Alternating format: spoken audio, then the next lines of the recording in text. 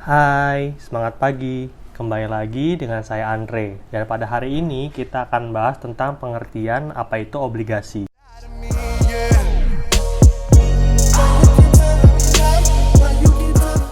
Buat teman-teman yang baru pertama kali berkunjung, channel Andre Tuan ini membahas tentang personal finance dan bisnis.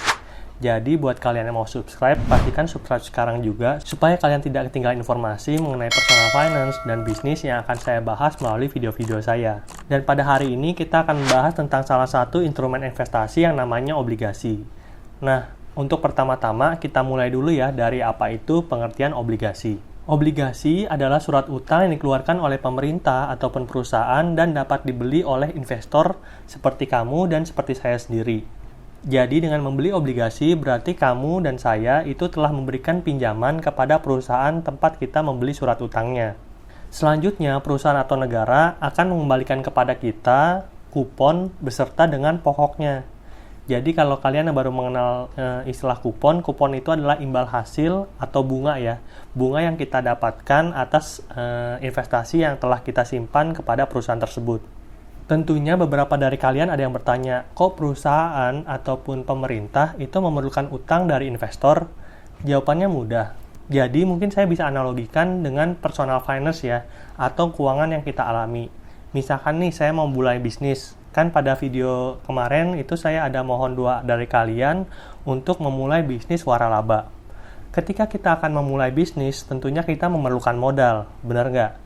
Nah, modal itu sumbernya kan bisa dua, dari kantong sendiri, jadi saya punya modal sendiri, atau saya pinjam. Pinjam ini bisa pinjam ke bank atau pinjam ke orang lain. Nah, perusahaan juga sama, ketika mereka ingin melakukan ekspansi ataupun ingin mengembangkan bisnis mereka, tentunya mereka memerlukan modal kan untuk mengembangkan bisnis tersebut. Pada saat-saat tertentu, modal mereka itu nggak cukup, sehingga mereka membutuhkan utang dari bank ataupun investor seperti kita. Nah, ketika mereka memerlukan utang dari investor, hal inilah yang disebut dengan obligasi ataupun surat utang. Jadi dengan membeli obligasi dari perusahaan ataupun negara, kita memberikan pinjaman kepada mereka supaya mereka bisa mengembangkan bisnisnya ataupun untuk keperluan lainnya. Sampai di sini saya harapkan kalian sudah semakin mengerti mengenai investasi obligasi. Nah, ketika kalian mendengarkan tentang obligasi, itu harusnya ada 3 hal yang akan langsung terbersit di pikiran kita. Yang pertama adalah kupon, yang kedua adalah jatuh tempo, dan yang ketiga adalah capital gain.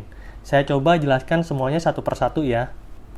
Dari yang pertama dulu ya, kupon. Kupon ini sebenarnya adalah nilai imbal hasil atas investasi yang telah kita keluarkan.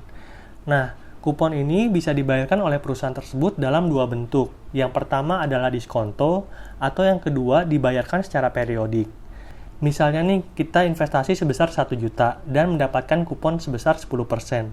Nah, apabila kita membelinya secara diskonto, berarti kita cukup mengeluarkan uang 900.000 dan pada akhir masa investasi kita akan mendapatkan uang sebesar 1 juta. Jadi kita membeli dengan harga yang lebih murah daripada harga obligasi sebenarnya. Atau yang kedua, kuponnya itu akan dibayarkan secara periodik. Jadi apabila kita membeli obligasi dengan kupon periodik, berarti kita tetap mengeluarkan uang 1 juta. Dan pada akhir masa periode, kita akan mendapatkan 100.000 yang dibayarkan oleh perusahaan tersebut dengan cara dicicil ya, karena akan dibayarkan secara periodik. Terus komponen yang kedua yang perlu kalian ingat adalah komponen jatuh tempo. Nah, jatuh tempo ini setiap perusahaan beda-beda. Ini adalah waktu lamanya mereka akan meminjam uang kepada kita. Ada yang minjamnya selama 3 tahun, ada yang minjamnya selama 5 tahun, ada yang minjamnya selama 7 tahun, bahkan 10 tahun. Nah, setiap perusahaan itu memerlukan uang dengan jangka waktu yang berbeda-beda. Oleh karena itu, ketika kalian akan membeli obligasi, pastikan kalian tahu kapan perusahaan akan mengembalikan pokok dari investasi kalian. Jangan sampai nih, kalian cuma pengen investasi selama 3 tahun, ternyata kalian beli kupon atau membeli obligasi yang jangka waktunya 5 tahun. Kan jong banget, nggak cocok kan? Kalian pengen cuma investasi 3 tahun, ternyata beli obligasi yang 5 tahun. Kalian harusnya cari yang match ya. Kalau pengen investasinya 3 tahun, ya cari aja obligasi yang jangka waktu jatuh temponya itu 3 tahun. Berikutnya yang ketiga, yaitu capital gain. Nah, tadi kan saya sudah ceritakan nih bahwa obligasi itu punya jatuh tempo yang berbeda-beda. Ada yang 3 tahun, 5 tahun, bahkan 10 tahun. Nah, investor pun ketika mengeluarkan investasinya, misalkan dia pengen investasi selama 3 tahun tadi ya. Nah, kalau dia butuh uang di tengah jalan gimana? Bisa nggak dijual sebelum dengan jatuh tempo obligasinya, yaitu 3 tahun tadi? Jawabannya bisa ya, jadi obligasi itu bisa dijual di pasar sekunder. Nah, ketika kita menjual obligasi di pasar sekunder, itu bisa kita dapat untung, bisa dapat kerugian, tergantung dengan harga jual obligasi kita. Kalau kita jual dengan harga yang lebih tinggi, maka kita mendapatkan capital gain. Tapi kalau kita menjual obligasi kita dengan harga jual yang lebih rendah daripada harga belinya, berarti kita mendapatkan capital loss. Kemudian, setelah kita tahu komponen-komponen dalam obligasi, tentunya kita ingin dong mendapatkan keuntungan dari investasi di obligasi. Saya mencatat setidaknya ada 5 keuntungan ketika kita berinvestasi di obligasi. Yang pertama adalah mendapatkan kupon. Nah, kupon dari obligasi ini biasanya jauh lebih tinggi dibandingkan dengan deposito. Seperti contohnya, sekarang kan deposito itu bunga rata-rata itu sekitar 4 sampai dengan 4,5%. Sedangkan kalau kalian berinvestasi di obligasi, kalian bisa mendapatkan kupon yang besarnya sampai dengan 7%. Lebih tinggi kan? Lebih tinggi 2 sampai dengan 2,5%. Lumayan kalau misalkan uang kalian banyak. Terus potensi keuntungan yang kedua dari obligasi adalah mendapatkan capital gain. Seperti yang saya ceritakan tadi, kalau misalkan kita membeli obligasi, itu kita kan belinya pada awalnya di pasar primer. Tapi kalau kita butuh uang, kita bisa menjual obligasi tersebut di pasar sekunder. Nah, kalau misalkan kita berhasil menjual obligasi kita dengan harga yang lebih tinggi dibandingkan dengan harga belinya, berarti kita akan mendapatkan yang namanya capital gain. Terus keuntungan yang ketiga ketika kita membeli obligasi itu adalah resikonya relatif rendah. Jadi itu kan kita akan memberikan utang kepada negara ataupun kepada perusahaan. Biasanya perusahaan ini akan menjaminkan sebagian dari aset mereka atau negara akan memberikan jaminan dengan berupa undang-undang. Jadi bisa saya katakan ketika kita berinvestasi di obligasi itu resikonya jauh lebih rendah dibandingkan dengan kita berinvestasi di saham.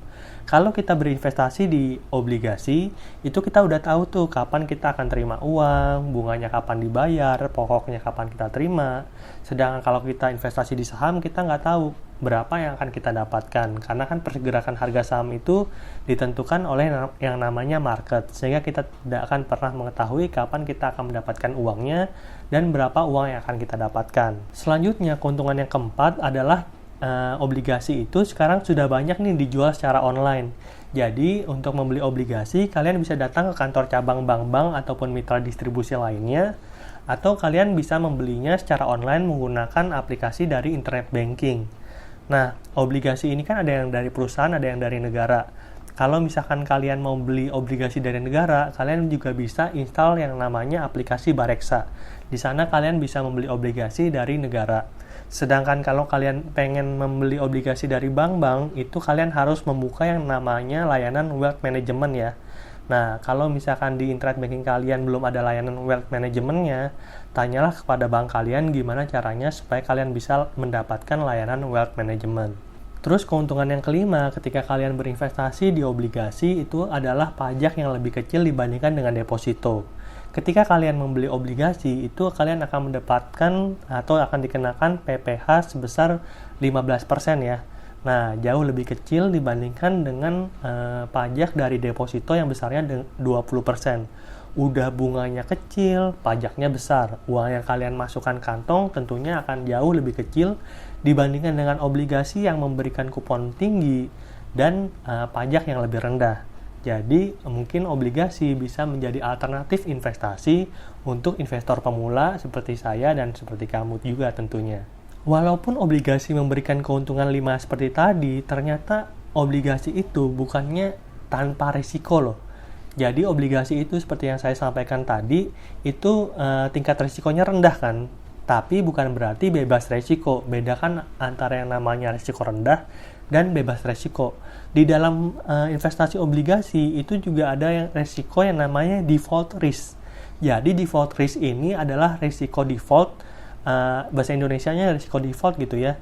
Ini terjadi apabila perusahaan atau negara tidak bisa membayarkan pokok ataupun kupon terhadap kalian. Jadi mereka nggak bisa ngembaliin uangnya kepada kalian. Kalau misalkan investasi di negara sih kayaknya masih percaya lah ya, karena negara itu keuangannya dijamin oleh undang-undang. Jadi sedikit banyak kita bisa lebih percaya kepada negara Indonesia bahwa negara Indonesia akan terus bertahan.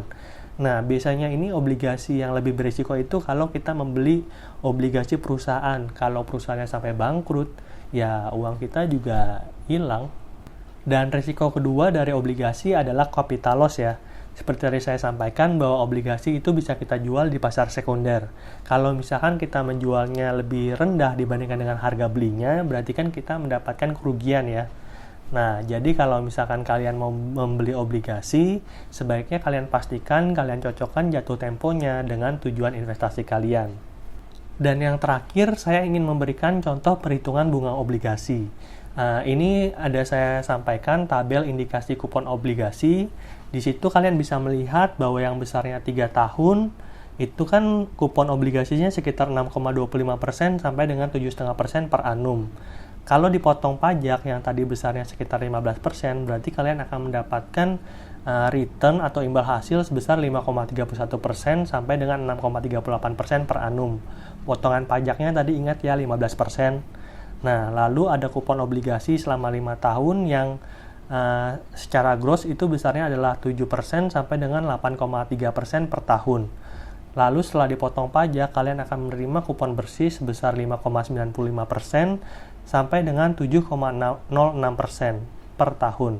Dan yang terakhir, kalau misalnya kupon obligasi 7 tahun itu sekarang rata-rata sebesar di 7,5% sampai dengan 8,75% per tahun ya.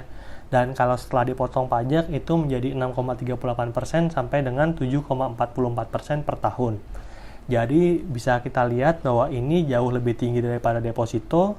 Dan bagi kalian yang berminat untuk membeli obligasi, kalian bisa memulainya dengan berinvestasi di obligasi negara seperti Sun, Ori, ataupun Sukuk. Nanti mungkin saya akan jelaskan di video berikutnya. Saya harapkan penjelasan mengenai obligasi ini bisa kalian mengerti. Kalau misalkan kalian ada pertanyaan, silahkan tinggalkan di kolom komentar ya. Like kalau kalian suka video kayak gini, dan pastikan kalian share video ini supaya lebih banyak lagi orang yang bisa belajar tentang pengertian apa itu obligasi. Sampai jumpa di video berikutnya. Dadah!